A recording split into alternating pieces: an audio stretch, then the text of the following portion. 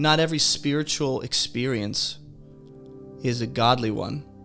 You can have demonic forces, you can have evil spirits, you can have what have you. Those are spiritual experiences. So I think what we need to establish is that when it comes to encountering or recognizing the presence of God, that is a spiritual, divine encounter with the creator of the universe. And the enemy would love to counterfeit that to deceive people, won't he? And that's what he does. He sends evil spirits, he sends lying, deceiving spirits and demons, and they're presented as what have you, whatever it ends up being, and they deceive people. So know this first. Not every spiritual experience is good. Once you get that set, you're set to discern and recognize the presence of God instead of just some hyper-emotionalism, which can be at times. It depends on how you qualify the presence of God, because some would say that when their emotions are running high, or when they just ran 3 miles and they feel that kind of what they call the runner's high, or they're in worship. Those feelings can be equated for some people to the presence of God. He's so close, he's so near. While I don't think the presence of God can be limited to the feelings and emotions I'm having, I do believe that they can play a role in recognizing the presence of God. And that's where discernment comes in. So how do you recognize, perceive the presence of God? I've heard people say it's this feeling of sense or something, but that definition seems arbitrary and emotions-based. It does. Because then anyone can define that kind of an experience however they want. And that's why I said you can have a runner's high. You can go work out. You can, have a lot of coffee and have that caffeine rushing through your blood, and all of a sudden you're like, he's near. The Lord is here. Well, you just had 4 shots of espresso in 2 seconds. I think your body's just catching up. So when God meets people in the New Testament and the Old Testament, it is very clear. And it's not always the same set of characteristics that accompany that experience. Sometimes it's trembling and fear. Sometimes it's just this awe that takes over. Not like, it wasn't just like making a noise. AWE, awe. A sense of a holy trembling, where this person is like overcome and aware of just the magnificence and the greatness of God, Sometimes it can result in tears. You're just weeping over realizing what he's done for you and who you used to be and who you are now and how insane it is and how beautiful it is. And, I think, again, if you just explain the presence of God or measure that by your own emotional and your own emotions and feelings, well, now it becomes relative to anyone. I would say this, to answer your question, Haley, John chapter 10. And though this is about recognizing the voice of God, I think it actually perfectly translates to recognizing the presence of God. When God is near, when God is present, when God's moving, when he's doing something, when he's convicting, all those different things. And I'll tell you this, you always have the presence of God with you. Like in every circumstance, in every moment, in every single second, every microsecond of life, the presence of God is with you. So I think what you're asking, and I should have started with this, is you're more talking about not God being more near, but me being more aware of the fact that he's near. Me being more, acute to the fact that God is present. That's what I want. I want that awareness that I'm the living temple, that he's present, that he's filling me. So John chapter 10 is a good go-to. It says, the sheep hear his voice. He calls his own sheep, referring to the good shepherd, that being Jesus. He calls his own sheep by name and he leads them out. When he's brought out all of his own, he goes before them and the sheep follow him. Do you know why the sheep follow the good shepherd?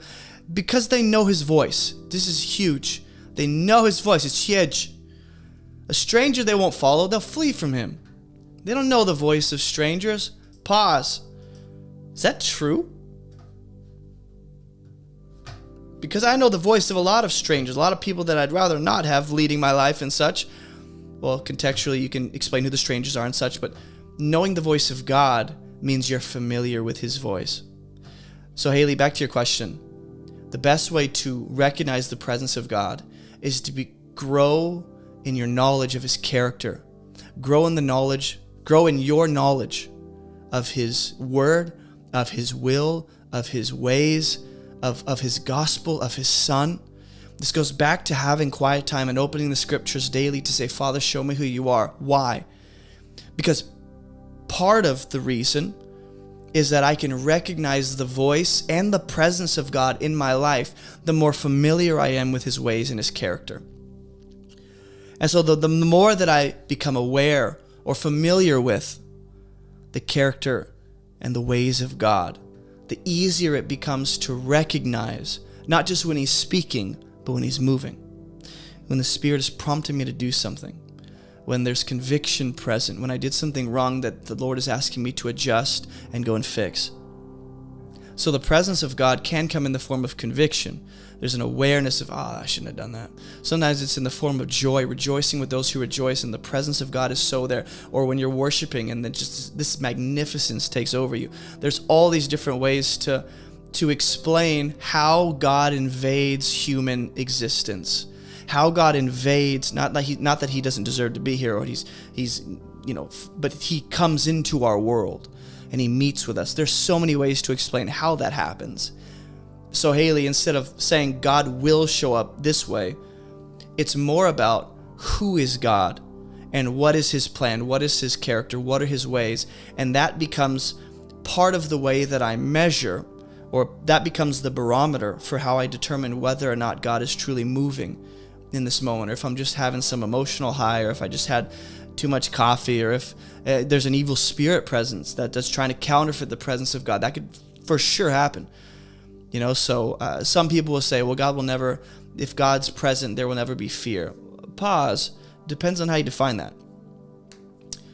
Because fear can be reverence, biblically, a sense of holy and appropriate trembling. It could be a sense of awe, and you're overcome, you're overwhelmed, you're just overtaken by the fact that someone so much bigger than you is present. And that's appropriate for God being near, or for me being aware that he's near. So how do you know the presence of God? Instead of being more focused on the actual presence, be more focused on the substance of that presence, the one behind that. And that's the character and the heart and the ways of God found in his word, Haley. This is the best way. I can't take you through a 10-step program to recognize the presence of God, because he's going to invade and even at times interrupt your life in so many different ways. And it's on us to be mindful, discerning, ready, prepared, and familiar enough with the ways of God to recognize that when he does meet with us. Not that, again, we are always filled with the presence of God. We collectively are the temple of God, filled with his Spirit. Everywhere I go, God goes with me. But I want that clear discernment and ability to recognize when he's doing something I need to partner, with him in, and he's inviting me to come and do or speak into, or when he's really moving in my heart, impressioning my heart to do something, or there's a lot of ways that God meets people. And I can't tell people how they're going to meet him, but there are some universal things, some things that are going to stay true all across the board when God meets with people. It'll never lead you to sin. It'll never cause you to disobey his word and hurt people, you know what I mean? So the character of God is the primary focus, who God is.